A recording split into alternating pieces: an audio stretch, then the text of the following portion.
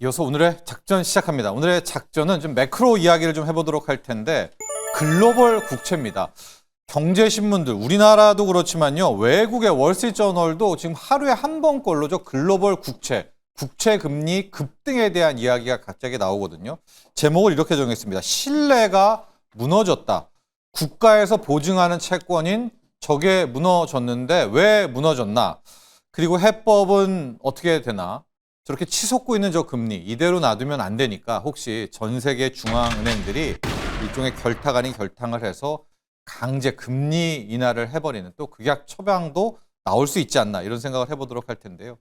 여러분들은 이제 세상에서 제일 안전한 자산 뭐라고 생각하십니까? 뭐 금은 이렇게 답변도 나오지만 실질적으로 금융 쪽 라인에서는 미국 국채 그리고 분트라고 하는 독일 국채를 더 쳐줍니다. 독일 국채 같은 경우에는 와 진짜 좋다 뭐 이렇게 생각을 하는데 이게 지금 올해 들어서 완전히 딴 얘기가 돼버렸습니다. 이 글로벌 주요국들의 국채가 속속속 무너지고 있다. 신뢰가 붕괴되고 있다. 이렇게 보시면 될 것 같은데 금리들이 급등했다라는 거거든요. 그러니까 금리가 급등했다라는 것은 그 해당 국채 가격이 급락하고 있다라는 뜻이지 않습니까? 그러니까 우리가 믿을려 알았던 이런 주요국들의 국가가 보증하고 있는 국채 가격이 급락하면서 금리가 급등한다. 이게 뭔가 문제가 있는 것이고요. 그리고 여기서 우리가 한 번 더 이따 얘기하겠지만 이렇게 국채를 믿을 수 없다라는 것은 우리가 손에 들고 있는 이 종이돈, 현금도 위험하다는 뜻이 된다라고 하는 겁니다. 그래서 시장은 늘 똑똑하잖아요. 어디로 지금 이 종이돈들을 갖고 있는 이 돈들이 이동하고 있느냐? 금입니다. 금은 온스당 3,600달러를 돌파하면서 우리 인류가 태어난 막 로마 제국, 스페인 제국 다 통틀어서 지금 가장 비싼 금값이 되고 있고요. 그런 거죠. 이제 믿을 거는 야, 뭐 달러도 안 돼. 국채 그중에 독일 국채도 안 돼. 그러면 금과 은밖에 없고 이것이 알고 보니까 우리의 진짜 돈이었어. 이렇게 시장이 흘러가고 있는 건데 그러면 왜 그 튼튼하다는 미국 국채, 독일 국채, 뭐 영국 국채, 일본 국채 속속 무너지고 있는가? 하나만 꼽자면 빚입니다. 빚. 우리도 지금 막 적자 재정한다라고 해서 우리의 국가 부채 이렇게 문제가 되고 있지만 우리뿐만이 아닙니다. 전 세계의 모든 국가, 정부가 다 빚에 허덕대고 있는 거고요. 대표적으로 이 빚더미에 앉아 위에 있는 나라가 미국이잖아요. 이 표 맨날 많이 보여드리지만은 미국의 국가 부채는 지금 37조 달러예요. 저거 더 올랐어요. 지금 5경입니다. 5경. 근데 이번에 OBBA에서 미국이 41조 달러, 2조 달러까지 빚을 더 내겠다라고 아예 법석에다가 숨겨놨지 않습니까? 여러분 5경 원이라는 건데 저거를 갚습니까? 어떻게 갚아요? 못 갚죠. 그냥 그래 빚에 쌓였나 보다라고 이제 그렇게 살아가는 건데 문제는 저걸 놓고 보니까 야, 미 국채 못 믿겠어 라고 하면서 더 이상 미 국채를 사주지 않으면서 금리가 튀어 올랐다. 이렇게 보시면 될 것 같습니다.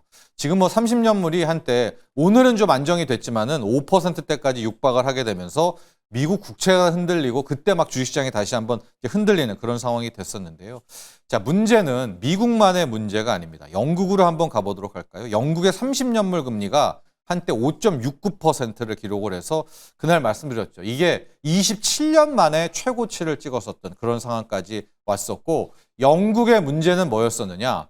역시 빚입니다. 영국도 공공재정에 대한 문제가 나오면서 인플레이션의 고개가 들고 또 계속해서 5%가 가고 있었고요.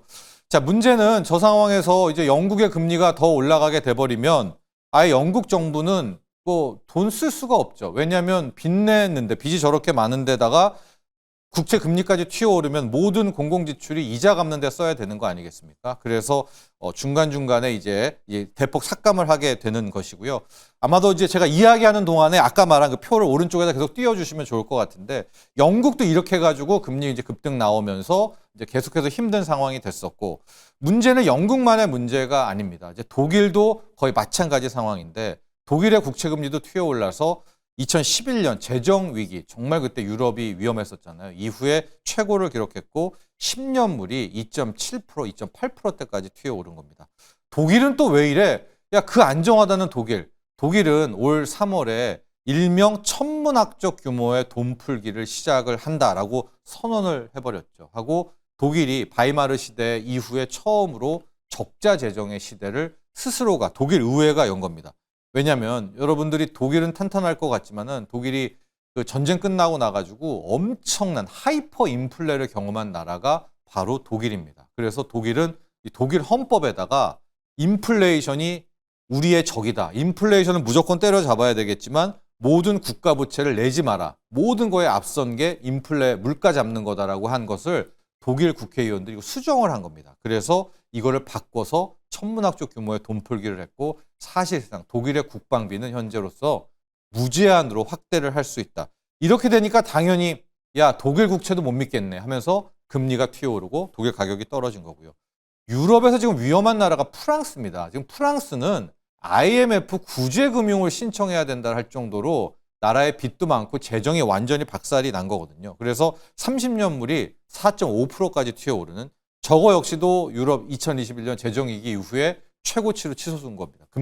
금리가 치솟았다는 것은 이제 프랑스 국채 가격이 떨어졌다라고 할 수가 있을 것 같은데 지금 이 프랑스는 정말 빚더미 위인데 이 문제가 뭐냐면은 막 이제 대통령이랑 얘기를 하잖아요. 이 IMF 구제금융 받아야 되니까 우리 긴축하자. 우리 빚 더 내면서 좀 허리띠 졸라매면서 살자라고 했는데 국민들이 싫어합니다. 뭔 소리냐? 빚 더 내라. 국민들이 오히려 그렇게 좀 긴축하자는 정치권들을 싫어해요. 그러니까 정치인들은 결국 포퓰리즘이고 눈치를 보잖아요. 정치권도 야 괜찮아. 긴축하지 마. 돈 더 풀어. 야 끝까지 한번 가봐. 뭐 지금 이런 상황이 프랑스에는 연출이 되고 있습니다. 일본도 예외가 아닙니다. 일본도 지금 30년물 국채가 3.3%, 지금 표에는 10년물이 나오고 있지만은 역사상 최고치입니다. 그럼 일본은 또 왜 이래? 일본은 유명하죠. 일본은 그 빚더미 이제 부채 비율이 높은 나라로 위험한데 여기에 지금 이시바 시게루가 쫓겨날 상황입니다. 사임을 계속 압박을 받고 있고 게다가 잃어버린 35년 이후에 일본도 인플레이션이 나오고 있으면서 금리가 함께 치솟고 있다라고 볼 수가 있겠습니다. 앞서 계속 표를 5년치짜리 그 4개를 봤는데요. 여러분이 한번 생각해 보세요. 저게 5년을 하게 된 이유가 코로나 때 기준으로 해서 현재 금리표를 이제 보여준 건데 앞서 저기 보시면은 지금 뭐 미국, 일본, 영국 5년에 저게 뭐 1, 2%였던 게 지금 4%, 5% 폭등을 한 거잖아요. 만에 하나 코로나 때 누군가가 아 나는 이제 국채의 시대가 온 것 같아라고 투자한 분들은 지금 대파산을 했겠죠. 왜냐하면 가격은 급락한 거니까요. 저희 금리가 오른 그런 상황까지 왔습니다. 근데 문제는 인플레이션입니다. 이 와중에 물가가 더 튀어오르고 있는 건데 이게 뭐 트럼프 관세 때문이다라고 생각을 하시겠지만 그렇지가 않습니다. 왜냐하면 빚을 냈다라는 것은 그만큼의 돈이 풀렸다는 거잖아요. 그건 돈 가치가 떨어진 거고 그 돈들은 결국 물건 값을 올리는 실물 가격을 올리는 인플레밖에 안 되는 그러니까 이게 지금 다 맥락이 있는 겁니다. 그래서 결국은 그 국가가 보증한다는 국채도 저렇게 높은 금리, 더 높은 금리로 치솟게 되는데 지금 버티고 있는 거는요. 솔직히 트럼프 때문이기도 합니다. 왜냐? 트럼프가 계속 지금 오페크 압박해서 오늘 밤 뭐 증산 선언한다고 하는데 유가를 기름값을 그냥 어거지로 끌어내려가지고 물가가 잡힌 것처럼 보이는 거지. 만에 하나가 트럼프가 이제 유가도 못 잡으면 그나마 이제 인플레 폭탄을 터지게 되는데 이 정부들은 그래도 정신 못 차리고 뭐 모든 정부가 다 그렇습니다. 빚 더 낼 거야, 채권 더 찍을 거야라고 하는데 딜레마는 바로 중앙은행이죠. 연준, 페드, 유럽 중앙은행, ECB, 영란은행, BOE, 뭐 BOJ. 하지만 어떻게 해야 되는지 모르는 겁니다. 왜냐? 지금 보면 금리를 이 상태에서 물가만 바라보고 올리면 국가 파산하죠. 왜냐하면 국채 금리가 저렇게 치솟는데 다 돈은 없죠. 세금은 안 거치죠. 이자 내느라고 국채 이자 내느라고 그럼 예산 못 합니까? 그리고 금리를 또 내려준다? 이건 인플레이션 폭등 아니겠습니까? 그래서 이 사이에서 이제 어떻게 해야 되는 이제 그런 고민인데 지금 세상은 이래도 망하고 저래도 이게 아니라면 일단은 금리를 내려라. 빚이 저렇게 위험하다면 일단은 현재 금리를 인하해야 된다는 쪽으로 가고 있습니다. 의견이 그렇게 몰려요. 우리 인간이 다 그렇잖아. 이게 지금 저걸 처리할 수는 없으니까 여기서 금리 올리느니 한 번 더 금리 내려서 좋아 물가 상승은 그렇다 쳐도 일단 숨고르기 한번 돌입하자 이런 쪽으로 의견이 좀 모여지고 있고 명분이 중요하잖아요. 우리에게 있어서는 오늘 밤에 어제 ADP 민간 고용 나왔지만 오늘 밤에 8월 비농업 부분 이제 고용 지표가 발표가 되는데 전망치가 7만 5천 명입니다. 저는 차라리 한 5만 명대가 나와가지고 아 이게 고용 시장 무너지네, 미국 노동 시장 무너지네. 이 모습이 실제 우리 한국 증시에는 베스트일 것 같아요. 물론 만에 하나 이제 오늘 밤 이게 7만 명이 나올지 10만 명이 나올지 아니면 6만 명, 5만 명 여러 가지 시나리오가 있겠지만 5만 명이 전 나왔다 치면 주식도 같이 무너질 겁니다. 왜? 뭐 이제 시장은 일단은 여기서 고용 무너진다라고 해서 금리도 떨어지겠지만 주식의 주가도 함께 무너지는 모습이 나오지만 그래도 앞서서 나온 것처럼 이제 국채 금리가 떨어지는 효과가 있어서 저는 차라리 이게 낫다. 그래서 각국의 이제 중앙은행들이 출동을 하게 될 텐데 저는 뭐 물가냐 아니면은 저 국채 금리냐라고 놓고 보면 저는 일단 물가를 버릴 것 같거든요. 그래서 강제 금리 인하 뭐 이런 금리 인하고 그 방울을 저는 연준이 먼저 달 수 있지 않을까. 오늘 밤에 이 고용지표의 붕괴를. 물론 이제 바꿔서만 10만 명도 나오면은 뭐 이제 금리 오르고 또 난리 나겠지만은 이런 상황을 한번 생각해 볼 수 있겠고요. 어쨌거나 지금 모든 자산 중에 가장 위험한 게 현금입니다.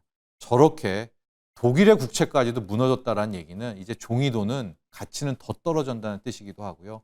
결과적으로 금, 은이 지금 선봉에 달렸지만 부동산, 주식, 뭐 쌍끌이가 더 분명히 이어질 수밖에 없다라는 점들 함께 이제 확인을 하시고 자, 오늘 밤 과연 비농업 부분이 얼마가 나오는지 그리고 이후에 미국의 10년물 금리가 얼만큼 떨어지는지를 확인을 해 보시면 오히려 다음 주 우리 K 증시의 투자 전략 세울 수 있을 것 같습니다.